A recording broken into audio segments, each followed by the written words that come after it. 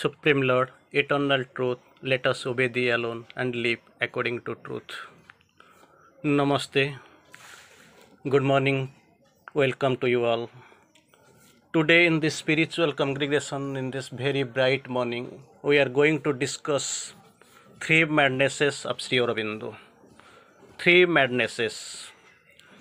So, before going to for three madnesses, we'll have some initial touch, a brief touch on over his childhood.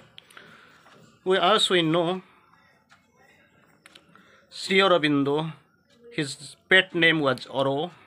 He was born in 15th August 1872, third child of Dr. Krishnadhan Ghosh and Swarnalata. He is Sri Aurobindo. He was sent to England for his study and to continue to build up his career. His father was actually one separate type of person. About concentrating on his personality of his father, Dr. Krishnadhan Ghosh. He did not like anything Indian, neither Indian ways of life or Indian education, nor did he believe in God.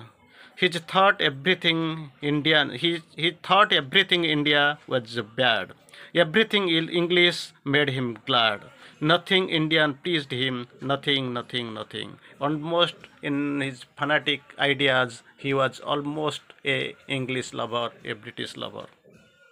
When he sent his teacher, his children to study in England, his condition was there. They should not be allowed to meet any Indian or know anything about India or about Indian culture. Three things must be kept out from their vision. First one is they must not be allowed to meet any Indian or know anything about India or about Indian culture. So they should become accomplished Englishmen in their name and fame and in their formation, fully English setting. That's was thus his education begins. He starts his education in British. And England, about his childhood and youth in the glamour of the West. Glamour of the West, we know that is a material society, and we know, as you know, sun never sets in the British kingdom, and he was in the capital of England, capital city, England.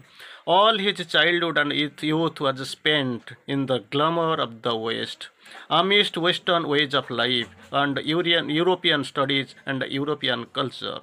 So he was supposed to be born and brought up, grow and get educated through in the Indian, not in Indian style, but in Indian culture, in European style, with the fascination of European culture and all. But time when comes, time gets ripe, he gets up, he actually grows up, appears the ICS qualifies, but he managed to get himself disqualified for the riding test. Again and again chances were given, but deliberately he made himself absent. He did not present himself at the time. For should he have passed, he would have to join because it was his father's interest.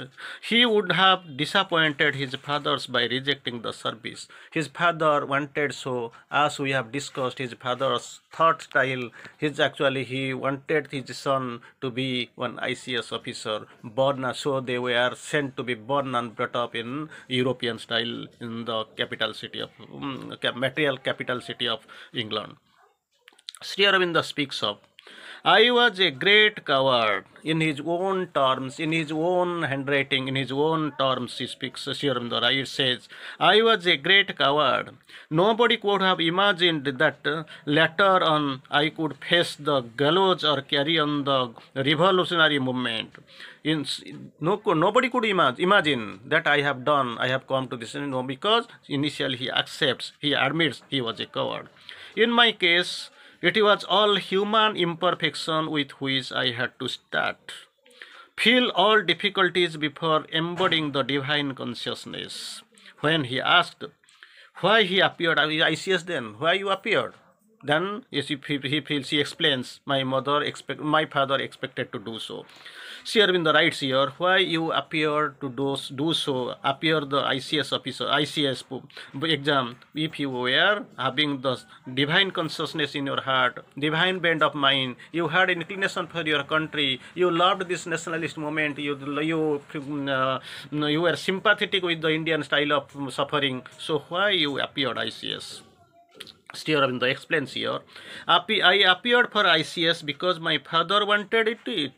Not is that was not my interest. Because of the to fulfill, to welcome, to accept the father's want, I had to appear the ICS exam, and I was too young to understand. Then when I appeared, I was too young to understand. Later, I found that what sort of work it was, this ICS job, what sort of work, what sort of movement I want, I could understand. I found later, and I had a disgust for the administrator's life. I did not have any interest. I was disgusted over that life, and no interest for administrative work. I did not have any interest for that sort of job.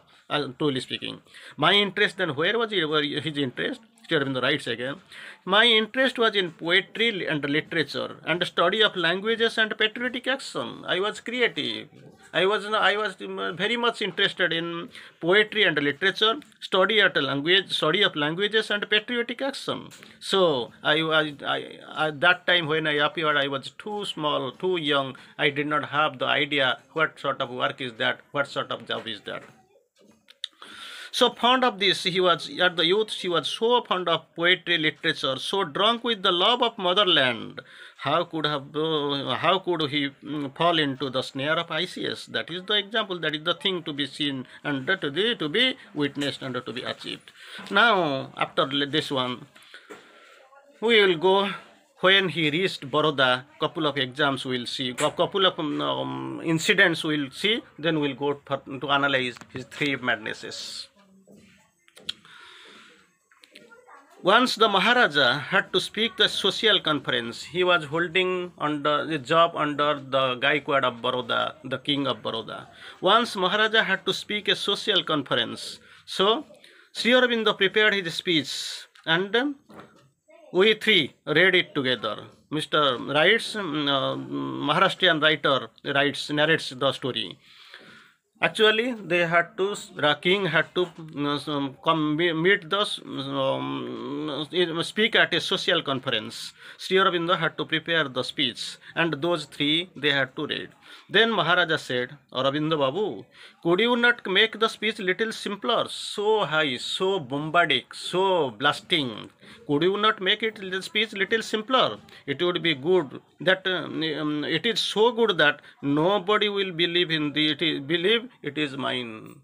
Because they know my caliber, they know my knowledge, they know my standard. If it is so fine that nobody will understand, nobody will take that this is my writing, that speech I have prepared. Immediately Sri Aurobindo will answer him, why unnecessarily change it?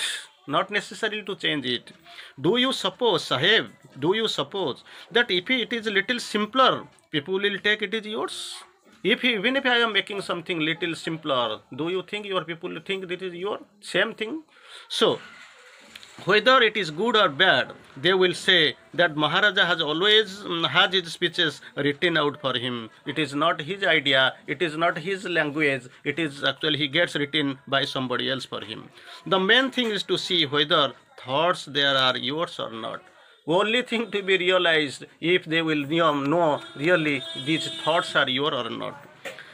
Maharaja continues, he spoke very little. When asked a question, he would used to say yes, no, or stop. Then the Gaikwad, the king, compiles, finalizes if there is something yogic about it, when he was not at all yogic during that time. Now itself we are going to discuss, to take the things, one or two things about his greatness. When they were staying, that money without key. That money was kept there without a key, without lock. When asked why you are not using the key, it may be stolen or something will happen. Then Sri Aurobindo would answer, well, It is a proof that we are living amidst the honest and great people. Why don't you keep the account? Sri Aurobindo will answer, it is God who keeps my account. So nothing required to keep this account ready for me. God is taking care, and we are staying amid the good people as a whole. So not necessary to keep the lock the money and to keep the account. Finally, we have come to the chosen topic that we have chosen till now. That is actually three badnesses of Sri Aurobindo. He dated the letter to Mrinalini Devi, dated on 30th August 1905. He had a letter. In that letter, he described his three madnesses. First, I firmly believe that whatever virtue, talent, learning, and knowledge and wealth, virtue, talent, learning, knowledge, and wealth, God has given me, it all belongs to Him, and I am entitled to spend only as much as I need. Only whatever I need, that I will spend in the maintenance of my family, and what is absolutely necessary. Whatever remains, the remaining must be returned to God. This is my first mandate. Second, the second folly has recently took hold of me. It is this: by whatever means I must see the God face to face. I must see the God face to face. Get his great direct realization. This religion of today consists of repeating the name of God every now and again, and praying to Him in everybody's presence, and showing to people how religion wants this. Because Sri Aurobindo, as we know, things are spiritual, nothing religion in it. Of course, that time he was not containing the sadhana, and he admits mine was the side door entry into the spiritual life. So I have resolved to follow now. I would like to take you along that path. Anybody can reach perfection by following it, but it depends upon one's choice to enter the path. That path must be followed. That path must be chosen. And if there is God, I must see God face to face, get Him direct realization. This divine realization is most for me. This is my object. This is my goal. This is my second madness. And the third folly, Sri Aurobindo describes in that letter. Other look upon the country. This country, India. We have seen, we have discussed, India is the country of Sri Aurobindo. India is a protected land, the land of Sri Aurobindo. So Sri Aurobindo seeks what his ideology, he will look on this country, India. Others look upon this country as a mass of matter, a number of fields, plains, forests, mountains, and rivers, nothing more. They take India as a field, the combination of fields, lands, forests, mountains, and rivers, nothing more. I look upon her as my mother. I worship and adore her. She is my mother. I worship her and I adore. Thing is not limited. After this story continues. What would a son do when she sees a demon sitting upon the mother's chest and drinking live blood? A demon is sitting on the mother's chest and drinking her live blood. If the son sees, what he will do? Do you think he will sit down quietly to his meals and enjoy himself? Take the meals, better meals, and enjoy today, but mother is suffering. Demon is sucking blood from her chest.